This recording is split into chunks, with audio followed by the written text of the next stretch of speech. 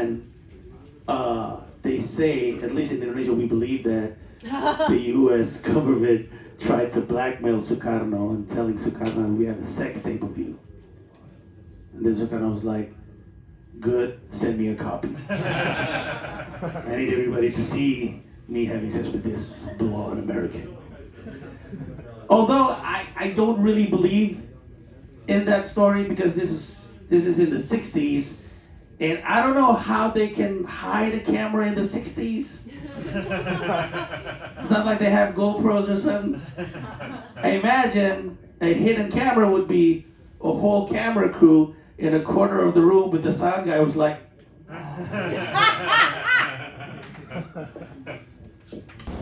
Oke, Senin 5 Januari, libur sekolah udah selesai. Saatnya juga gue untuk menyelesaikan liburnya gue. Kita open mic pertama di 2026 ke Westside Comedy Club. Selamat datang di .id Weekly Vlog.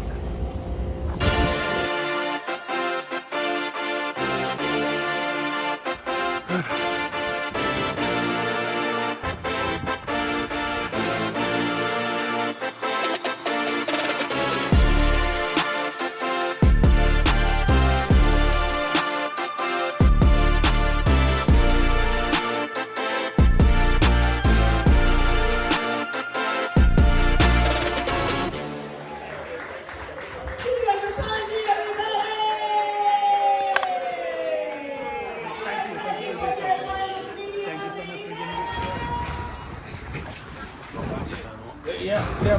Apa kabar? Halo Ibu. Hey men, apa kabar? Habis makan atau baru mau? Oh, mau jalan. Oh, di sini. Saya mau makan. Mari. Mau makan di awal dan sekali ketemu orang. Let's go. The Fung Brothers. Nanti akan ada Oliver Press nanti. Akan ada Oliver Press. Alright, enough man. This is me. Besides Farah Queen dan Yakti of ini satu angkatan di seumuran. Ini umur 40-an semua tuh gimana sih? Nih, fuck Denny Sumargo. Alright, so right now I'm with Oliver Press. What's up, guys? He is. What's your beauty pageant thing? Oh yeah, I am. That's his thing. Gua kenal Oliver udah rada lama, maybe a year. I am one of the most handsome men in the entire world. Not when he's with me. Not when he's with me. But we've known each other for like about a year. About a year.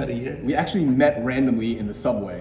That's exactly true. So it was an empty train. Empty train, the E train. Yeah. I followed you already. Mm-hmm. And then we followed each other. Yeah. And then when you went in, who's this handsome guy? I think I know this guy from somewhere. And then we had a conversation. We had a brief conversation. And we've been friends ever since. And sekarang Oliver lagi di New York. So you've been going back and forth, right? Back and forth, yes. You're doing a lot of content. Your content in Jakarta and Indonesia is trying my best. Yeah. Trying to be like you, man. Trying to be just a quarter as funny as you are. Just trying my best. Likewise, I'm trying to be as fit, as good looking as you. And it's really hard because I'm too old. But I love what you do, man. Hey, my man, you too, brother. You inspire me. And every Indonesian who aspires to work in their craft here in New York should take a page out of your handbook because you are not afraid to do what others won't. And that's hustle. Thank you. Pengennya nanti pas di Jakarta. I mean you're leaving to Indonesia, right? Kira-kira hari bisa. Yeah. As a matter of fact, Oliver was born and raised here in New York City, and he hates the weather. I cannot stand the weather. Unless I'm skiing, I don't want to be around snow at all. Snow sucks. But I'd love to meet up with you when you're in Jakarta. Yeah, man. You're was it Komika? Yeah, my comedy. Yeah, I have 2-minute Gojek ride for me. Yeah, you should go to my club, my comedy club. Next time you're in town, let me know. I'll come. And then I'm gonna go to your gym. Let's go. Easy. Because I need to work with my body. So we'll get him fit and we'll get me funny. Yeah. Okay, what the fuck? Gue udah daftar online loh. Gimana rumahnya?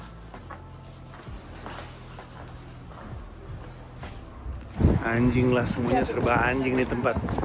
Tadi siang gue ngeliat Instagramnya Hemming itu adalah host open mic hari ini di West Side Comedy Club. Ada open mic, katanya daftar, dikasih linknya. Gue daftar tuh, bayar gue $5,5. Gue nyampe sini, ternyata lagi renovasi. Gue turun ke bawah, jangan-jangan yang renovasi restorannya doang. Gue turun ke bawah, ternyata nggak ada open mic. Si anjing, kata gue, open mic-nya perasaan tadi dia bilang ada open mic. Gue cek Instagramnya, gue kasih lihat screen capture ya. Ternyata batal. Anjing, gue udah bayar $5,5 udah keluar, kemana itu anjing? Nanti di kereta gue mau komplain lah ke si Hemming supaya gue Senin depan bisa ikutan open mic tanpa harus bayar lagi. Anjing, udah bayar gue bangsat. Duit gue diambil, open mic-nya nggak ada.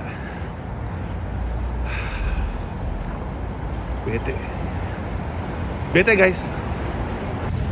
Update, gue mau pindah ke Fierce City Comedy Club. Hari ini gue mau open mic jam 6 sore. Biasanya Senin jam 6 sore ada open mic di situ. Gue cek dong Instagramnya Fierce City Comedy Club. Ternyata Senin libur. Udah gila kali ini gue udah di luar rumah gue. Kemana nih gue? Masa gue gak open mic? Gak mungkin. Ada satu tempat yang biasanya selalu ada open mic. Gue gak suka sama tempatnya sih sebenarnya, agak males tapi oke, kita coba ya.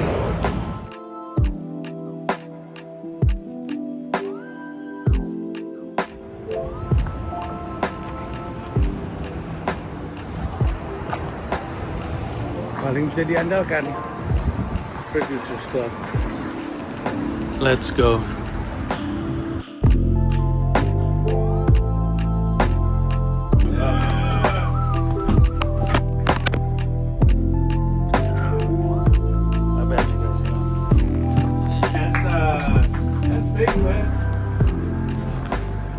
Begitulah hari ini. Open mic juga, gak kerekam lagi. Saya bener, kamera jatuh gak kerekam.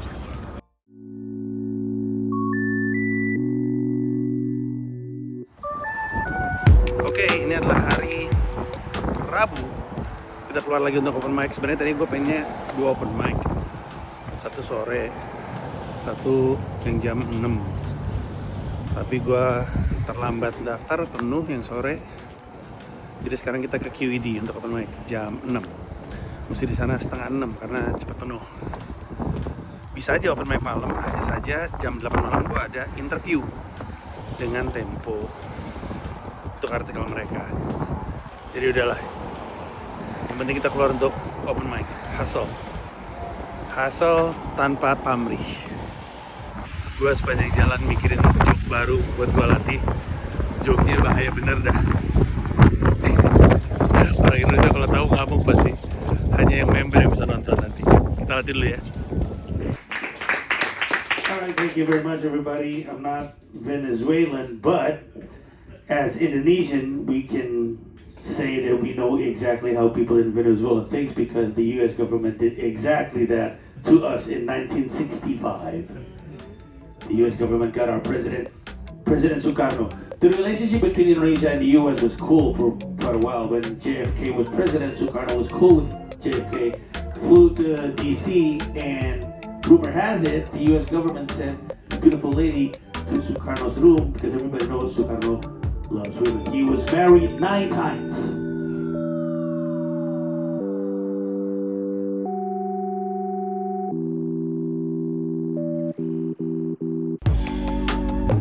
Oke, ini adalah hari Sabtu. Tadi gue baru aja nganterin si Shira ke sekolah karena dia lupa bahwa pagi-pagi jam 9 sampai jam 1 ada latihan nyanyi. Dia tergabung dalam grup vokal untuk konser di sekolahnya dia. Jadi dia mesti latihan. Jadi tadi karena terlambat, gue anternya naik Uber. Nah, mundur dikit ke hari Kamis, gue keluar cuman untuk nyamperin OP Radio. Dan gue kan selalu mengiyakan tawaran untuk podcast karena gue pengen lebih lucu dalam pembicaraan, biar lebih natural guanya berbahasa Inggris, lebih natural guanya dalam menulis joke. Dan beberapa kali tuh gue ngisi podcast tuh nggak ngerasa lucu gitu. kurang lucu gitu. Padahal kan gue kalau di Indonesia tuh nyamperin podcast orang tuh udah nemu selahnya, udah nemu lucunya, udah bisa gitu. Pecah mulu kalau ada gue. Nah ini gue pengen kayak gitu tapi di podcast Amerika Serikat. Jadi gue iyain. Gue udah datang dengan rencana tuh mau bahas ini, mau bahas itu, tapi ujung-ujungnya nggak kepake. Walaupun gue ngerasa kemarin adalah salah satu penampilan di podcast terlucunya gue. Gue berhasil ngelempar joke, OP ketawa, yang lain ketawa, semuanya pada ketawa. Gue ngeblend. Itu dari ini mungkin keempat kali gue ngisi di OP Radio. Gue ngerasa ini paling lucu. Untuk yang belum tahu, Opie and Anthony itu dulu kayak daging desta gitu, kayak Panji Steny, kayak tapi lebih gede lah skalanya Amerika. Di masa-masa kejayaan mereka siaran radio. Di masa kejayaan mereka tuh tur ribuan, yang nonton ribuan, off air. Pada zamannya radio lagi kuat-kuatnya, mereka tuh kayak penguasa radio Amerika. Terus akhirnya mereka berantem, terus pecah. Gue nggak tahu Anthony ngapain, tapi Opie siaran sendiri dia dari platformnya dia sendiri, di Spotify ada, di YouTube ada. Nah ternyata kehebohan mensrea nyampe ke Amerika Serikat. Jadi si Opie itu nonton mensrea full dan ngerti semuanya.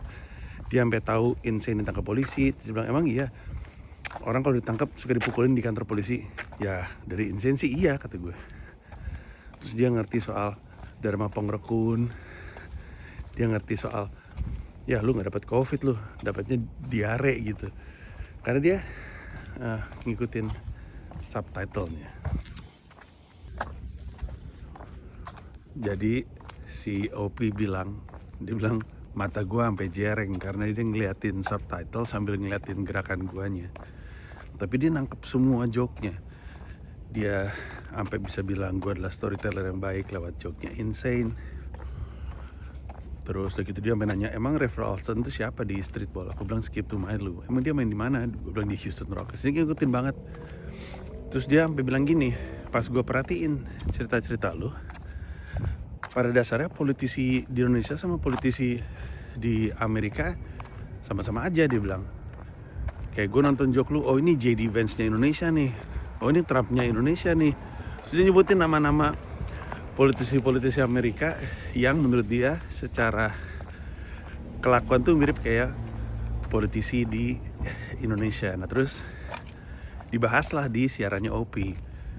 Yang nonton berapa gitu, berapa ratus, kalau nggak salah 300 atau 400 gitu.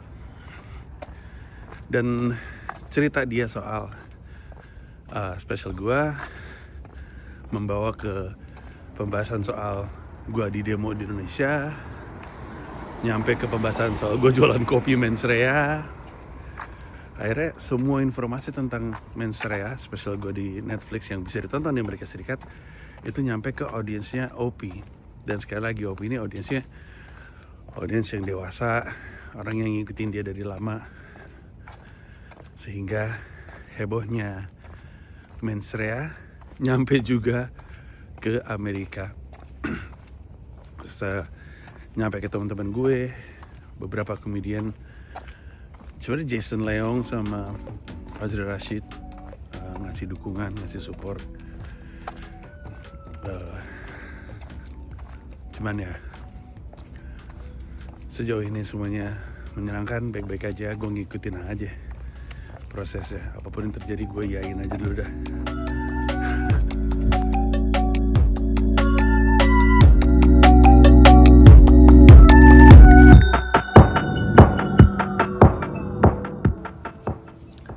Oke, jadi itulah selama seminggu ke belakang. Di minggu depan kegiatannya juga masih warawiri New York City untuk open mic. Gue pengen mulai ngembangin set baru. Gue udah punya judul untuk special gue yang terbaru. Yang kemarin kan Boss Level tuh, yang lagi dalam proses editing. Nanti yang selanjutnya judulnya adalah Indo Pain. Nah terus untuk menuju ke sana, gue mesti mulai nulis lagi, mulai open mic lagi, makanya gue mulai rajin. Di episode handphone gue jatuh. Di episode minggu depan, lo akan ngeliat gue nge-gig satu di Jersey City, New Jersey. Gue belum pernah ke New Jersey by the way. Lebih tepatnya belum pernah manggung di New Jersey. Abis itu hari Minggu ada gig di taman gitu. Terus dan di episode minggu depan gue ketemu ada konten kreator namanya Annette. Sebenarnya di episode ini di hari Senin gue sempat ke Awang Kitchen untuk nyamperin Oliver Pras, salah satu konten kreator.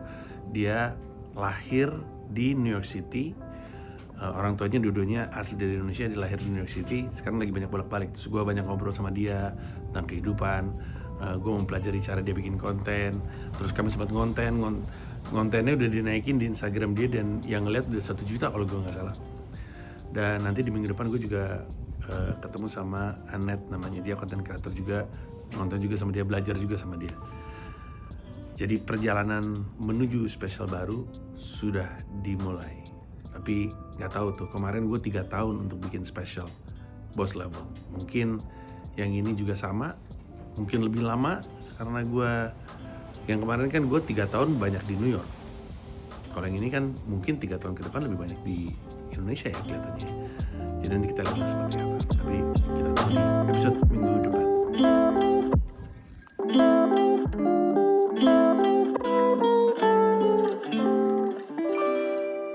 Terima kasih banyak udah nonton video YouTube gue. Mau mengingatkan bahwa di YouTube gue tuh ada membership program, di mana kalau lu jadi bagian dari member, lu bisa mendapatkan akses terhadap video-video eksklusif hanya untuk member yang nggak bisa ditonton oleh orang lain.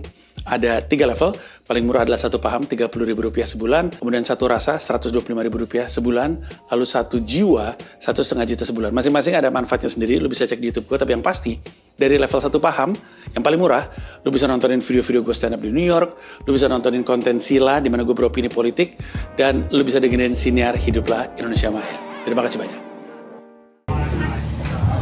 Gue lagi nemenin si Shira lagi di salon di seberang situ, potong rambut sekalian nge-perm rambut gitu. Gue ngantuk banget, jadi gue kesini beli kopi dulu bentar.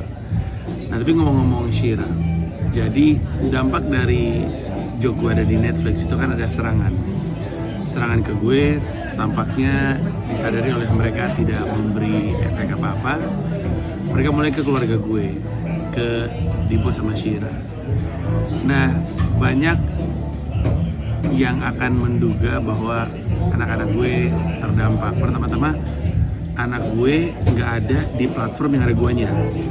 Kenapa? Karena mereka anak-anak. Mereka nggak di Twitter, mereka nggak di IG, mereka nggak di TikTok, mereka nggak di YouTube.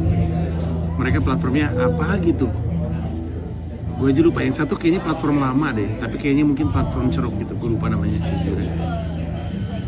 Terus kayaknya ada yang dia sama teman-temannya itu ada di platform streaming apa gitu. Dia kayak punya grup WhatsApp-nya, kayak grup WhatsApp kita tuh adanya di situ. Jadi mereka ngobrolnya di situ. Anyway, jadi mereka nggak tahu apa-apa. Gue menduga serangan itu lagi-lagi bukan untuk mereka, tapi untuk gue, supaya gue kesel sama anak-anak gue digituin. Tapi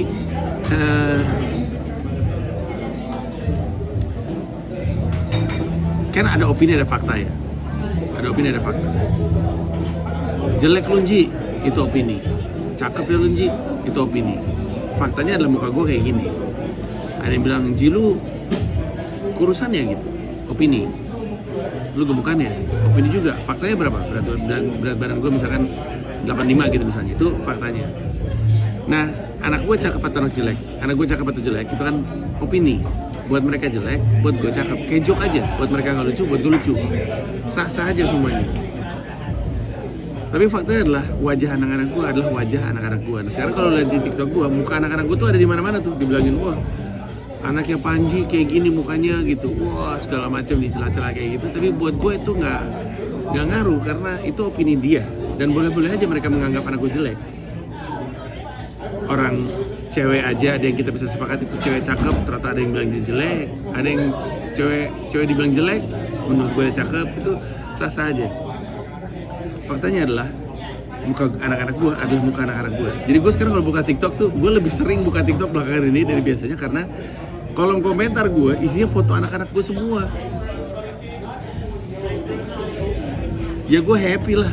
Setiap kali gue buka TikTok ada foto Dipo, ada foto Shira, terus aja foto Dipo, foto Shira, kayak punya foto album anak-anak tapi di TikTok. Ya gue happy lah. Kalau mereka anggap Dipo jelek atau di fotonya pas lagi jelek, buat gue muka Dipo dan muka Shira adalah muka anak-anak gue. Mereka adalah anak-anak paling manis sedunia. Jadi nggak ngaruh ke gue, tapi ujung-ujungnya Mila cerita juga ke Dipo dan Shira supaya mereka nggak tahu dari orang lain. Nah, tentu responnya nggak ngaruh di mereka ketawa-ketawa. Tapi yang paling membuat hati gue hangat adalah responnya Dipo. Dipo nanya, kenapa mereka ngelakuin itu? Terus gitu dikasih lihat juga sama Mila orang demo, ngedemoin gue gitu. Terus mereka bingung nih, kenapa mereka ngelakuin itu? Kayak kan lagi telling a joke gitu. By the way, anak-anak gue tahu set mensrea full seperti apa, karena mereka nonton di Denpasar kan. Full mereka. Bahkan Shira bilang Yunobari lucu. Karena dia nonton dari awal sampai akhir. Nah, Dipo tadinya bingung kenapa orang-orang ini demoin gua dan ngelakuin itu. Terus sampai akhirnya Dipo bilang, aku merhatiin wajah-wajah yang demo dan aku sedih, kata dia. Terus dia bilang gini, ya udahlah, namanya juga orang lagi kerja, kan kita nggak tahu kalau dia lagi butuh makan untuk anaknya, dia nggak tahu kalau dia mau beliin obat untuk keluarganya yang sakit, ya nggak apa-apa lah, kalau emang itu pekerjaan dia, ya nggak apa-apa. Siapa anak yang kepikiran kayak gitu, ngeliat bapaknya diserang, dia lebih kasihan sama yang nyerang. Dan Dipo bilang, ini yang nyela-nyela aku, kan dikasih lihat sama si Mila ya, dikasih lihat serangan-serangannya. Terus Dipo bilang ini yang nyerang-nyerang aku nih, tahu gak sih caranya nyerang tuh kayak gimana? Masa aku dibilang kayak Maui? Maui is super hot, Maui is the rock. Dibilang kayak Maui kan keren gitu. Intinya respon anak-anak gue manis-manis sekali, lucu-lucu sekali.